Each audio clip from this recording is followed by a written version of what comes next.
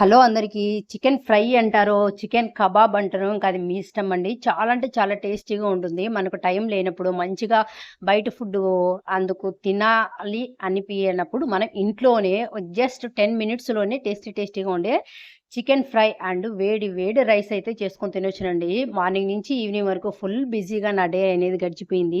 మంచిగా proper dinner ఒక మంచిగా కుమ్మేద్దాం అనుకుని వస్తుండి చికెన్ అయితే తెచ్చుకున్నాను. హోటల్‌కి వెళ్ళేసి వచ్చాక ఐయామ్ టైర్డ్ అయిపోయాను. 7:00 అయితే అయింది.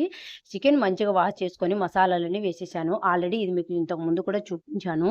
ఒక గంట రెస్ట్ ఇచ్చాను. ఆ గంటలోపు నా పనులన్నీ కంప్లీట్ చేసుకొని వచ్చిన తర్వాత ఫ్రెష్ అప్ అయ్యి వేడి వేడి ఆయిల్ వేసుకొని అందులో చికెన్ అయితే వేశానండి. వాటర్ అంతా ఇంకిపోయేంత వరకు బాగా ఏగించుకోవాలి. ఎంతలా అంటే ఆ కడాయికి అడుగున ఆ అడుగు అంటారండి. అంత మంచిగా అడుగు అంటుతేనే మనకు ఆ టేస్ట్, ఆ ఫ్లేవర్ అనిపిస్తుంది. చాలా అంటే చాలా టేస్టీగా కుదిరింది. వేడి వేడి రైస్‌లోకైతే తిన్నామండి. బాయ్.